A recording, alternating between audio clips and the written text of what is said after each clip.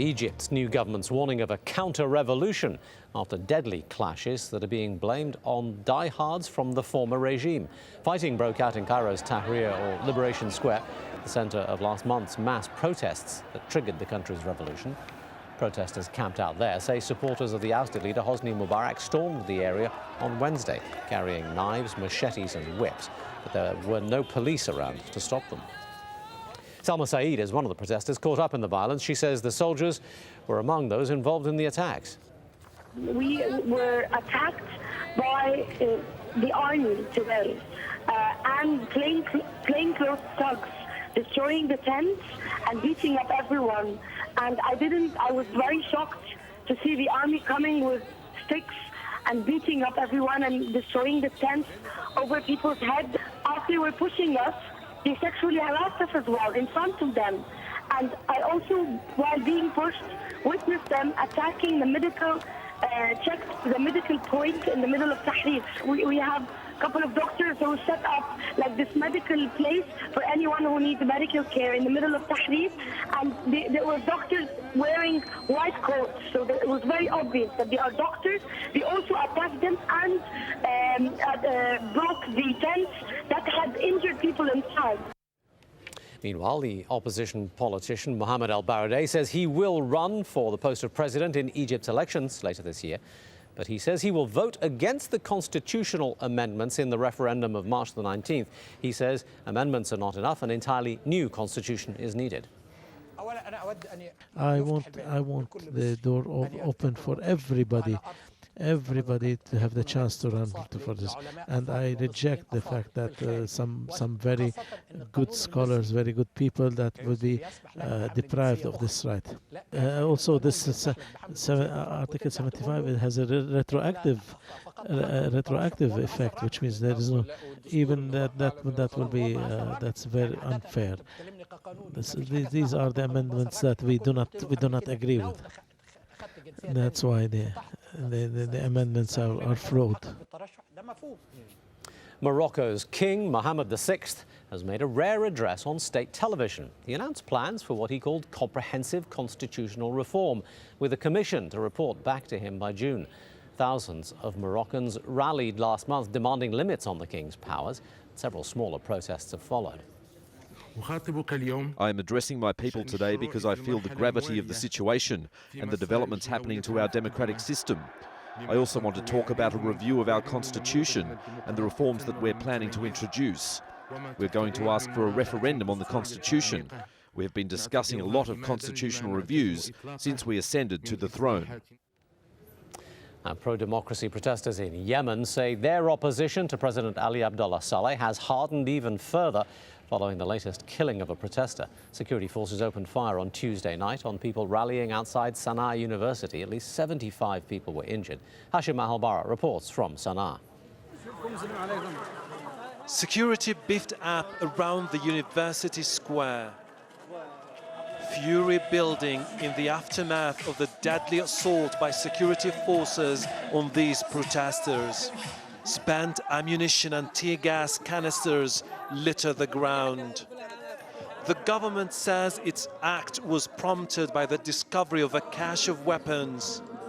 Allegations dismissed by the students who erected tents in this square, which has become the epicenter of the pro-democracy movement. It was organized crime. Groups of security forces came from all directions and armed soldiers were positioned on the roofs of buildings. They started firing on us. It was followed by volleys of shots. It's a crime against humanity. Violence is spreading across the country. In the province of Dhamar, a President Saleh stronghold, loyalists are seen here attacking the protesters despite the presence of security forces. Government pledges to stop the violence fail to deter loyalists armed with weapons, batons and daggers, spreading fear across the country. The ongoing attacks spurred these tribal leaders in the province of Marib to denounce President Saleh and join the protesters in their fight for a change in Yemen. Marib is home to most of Yemen's oil fields. Mr. President, don't treat your people like Gaddafi. Mr. Saleh, don't disgrace your legacy. We implore you to leave Yemen and let the Yemenis decide their future. For the time being, the embattled president clings to power. He has called for a national forum on Thursday to seek a peaceful solution to Yemen's deepening crisis. But the crisis isn't showing any signs of relenting. Parts of the country appear to be slipping beyond the control of the government, and the protesters reject calls for dialogue with President Saleh still in power. Hashim Al-Bara, AlJazeera, Sana'a. Let us return now to the situation in Libya. A plane carrying the man appointed by Colonel Gaddafi to be his new United Nations ambassador has been refused entry into the US and sent back to Tripoli. Jane Dutton has the details live from Washington. Jane.